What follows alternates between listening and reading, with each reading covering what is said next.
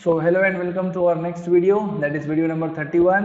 Income from house property हमारा चालू है, 4th यूनिट है हमारा और प्रैक्टिकल प्रॉब्लम्स हमने चालू कर दिए। तो अगला प्रैक्टिकल प्रॉब्लम ये आपके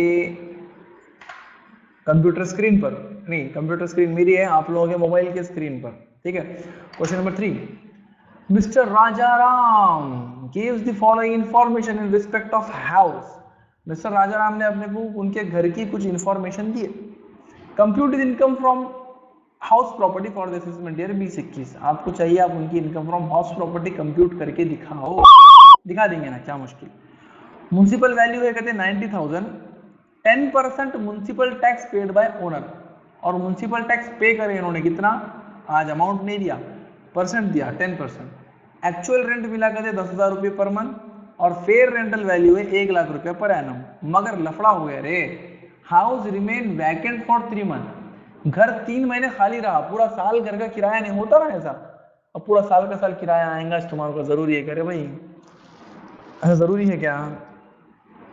पूरा साल किराया नहीं आया उनको, 3 महीने घर क्या रहा, खाली रहा, तो 3 महीने का किराया नहीं आया, सिंपल है। तो 9 महीने का किराया, अरे इतना इजी, क्या बोलना तुम्हारे को।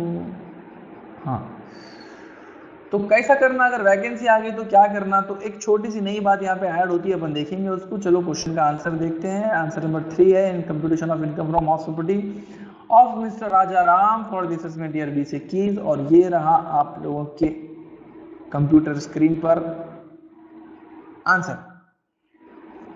अरे ये आंसर को जाने से पहले calculation of gross annual value को जाना पड़ता। मैंने ग्रॉस एनुअल वैल्यू निकाल के लाया। कैसा निकाल के लाया देखो, स्टेप 1, स्टेप 2, स्टेप 3 याद हो जाना चाहिए अब तक आप लोगों को। स्टेप 1 में विचेवर इज मोर, स्टेप 2 में विचेवर इज लेस, स्टेप 3 में विचेवर इज मोर।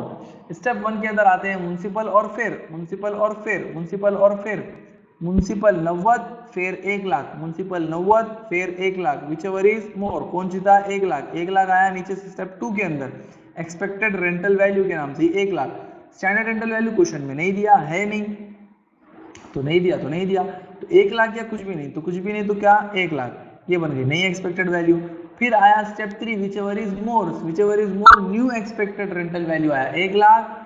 हाँ, ग्रॉस एक्चुअल रेंटल वैल्यू आया 10,000 रुपये प्रति महीना है, मगर 12 से नहीं गुणाकार किया मैंने, 9 से, क्योंकि एक्चुअल में हमको किराया कितना है। एक्चुअल में किराया 12 महीने का नहीं चाहे ना, एक्चुअल किराया हमको आया है 9 महीने का। तो क्या बोलना अपन, 10,000 गुणिले 9 बोलना, 10,000 गुणिले 9। इन दोनों में से विचेवर इज मोर, तो क्या आना 1 लाख। अरे यहाँ पे 1 लाख आना था, ये गलती हो गई। ऐसा अगर आप लोग सोच रहे होंगे तो आप लोग बहुत गलत सोच रहे मेरे बारे में। 1 लाख यहाँ पर नहीं आएगा। ऐसी सिचुएशन के लिए एक रूल है। किस सिचुएशन के लिए? वैकेंसी वाली सिचुएशन के लिए। वैकेंसी यानी कि घर खाली है, घर खाली पड़ा हुआ है, ऐसी सिचुएशन के लिए एक रूल है। क्या रूल है जरा देखो अभी इधर, तुम यहाँ पे लिखा ना मैंने नोट करके, 1 लाख या 90,000 दोनों में से विचेवर इज मोर बोल के मेरे को 1 लाख जिताना चाहिए था, लेकिन मैंने विचेवर इज मोर नहीं बोला, मैंने 90,000 को जिता दिया। तो क्या रूल है, मैंने क्यों जिताया? मेरे पास जवाब है इसका, इसका जवाब है ये। इसका जवाब क्या है? Note, if ARV is less than NERV, ARV NERV ऐसा। If ARV actual rental value is less than NERV new expected rental value only due to vacancy। अगर एक्चुअल वैल्यू एक्सपेक्टेड वैल्यू से छोटी है, अगर एक्चुअल वैल्यू एक्सपेक्टेड वैल्यू से छोटी है ना, ये सिचुएशन आई तो इसके अलावा कोई दूसरी सिचुएशन पे नहीं, ठीक है। एक्चुअल वैल्यू अगर छोटी आई तो किससे? एक्सपेक्टेड वैल्यू से, less than expected value, only due to vacancy. उसकी छोटी आने की वजह क्यों छोटी आई वो वैल्यू, रीजन क्या है एक्चुअल वैल्यू की छोटी होने के पीछे,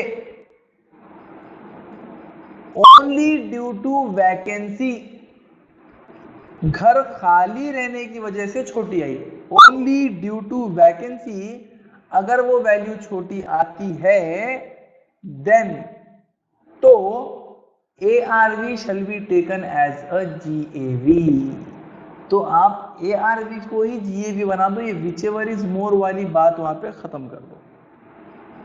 कंडीशन है दो, दोनों कंडीशन सेटिस्फाई हुई तो ARV को GAV बनाना, नहीं तो नहीं बनाना। क्या है दो condition, ARV is less than expected rental value, condition number 1। क्यों छोटी है, ओनली ओनली ओनली फक्त सिर्फ only only due to vacancy, सिर्फ इसलिए छोटी है वैकेंसी की वजह से छोटी है, वैकेंसी न होती छोटी न होती, समझे, ये है। तो 1,00,000 रुपया, सॉरी 10,000 रुपया गुणिले 90,000, 1,00,000 रुपया था एक्सपेक्टेड रेंटल वैल्यू, तो हमने बोले 1,00,000 या 90,000 विच एवर इज मोर, मगर ये फॉर्मूला हो गया फेल। क्यों फेल हुआ, क्योंकि एक्चुअल वैल्यू जो है वो छोटी आई है एक्सपेक्टेड वैल्यू से।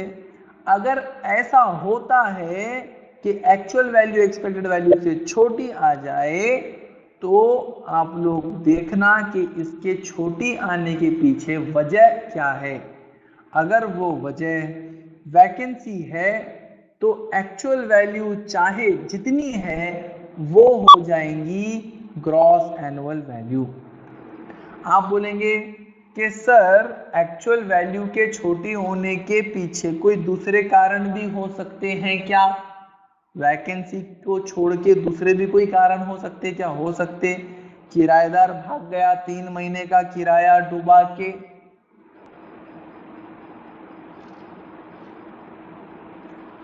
बात समझ में आई मेरी, किराएदार 3 महीने का किराया डुबा के भाग गया तो सर हाँ तो ये रूल लागू नहीं होगा, क्योंकि 10,000 गुणिले 9 तब भी आएगा ना, 3 महीने का किराया डूबा के भागा उन्होंने, आए नहीं ना अपने को, एक्चुअल में आया नहीं, तो 1,00,000 या 90,000, तो हम बोलेंगे भाई 90,000 आया, तो हम बोलेंगे actual value is less than expected value but not due to vacancy, इसलिए विच एवर इज मोर, अगर ड्यू टू वैकेंसी तो एक्चुअल वैल्यू बन जाएंगी ग्रॉस एनुअल वैल्यू, सिंपल। तो ये 90,000 जीत गया इस नोट की वजह से, ये 90,000 यहाँ पे आ गया।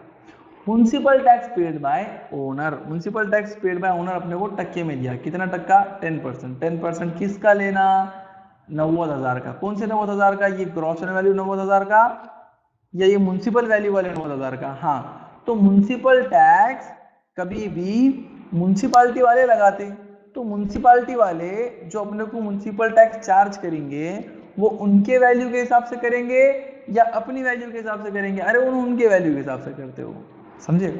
तो इसलिए कभी भी म्युनिसिपल टैक्स म्युनिसिपल वैल्यू के ऊपर कैलकुलेट करना, तो हमने निकाल लिए ये 90,000, ये वाला 90,000 नहीं है, ग्रॉस एनुअल वाला 90,000 नहीं है, ये म्युनिसिपल वैल्यू वाला 90,000 है, तो 90,000 का 10% 9,000 म्युनिसिपल टैक्स पे करे, तो 9,000 में से 9,000 गए 81,000, ये 81,000 का हमने दिए स्टैंडर्ड डिडक्शन और 24A&B के नाम से 30% of net annual value, 30% of net annual value के नाम पे 81,000 का डिडक्शन लिए, आ गया।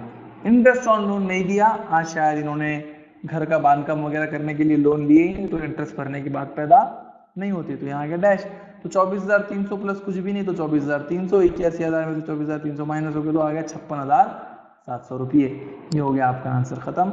नया पॉइंट क्या था, नया पॉइंट यही था, if actual value is less than expected value only due to vacancy, only पे स्ट्रेस डाल रहा हूँ, only due to vacancy, then actual value shall be taken as a gross annual value.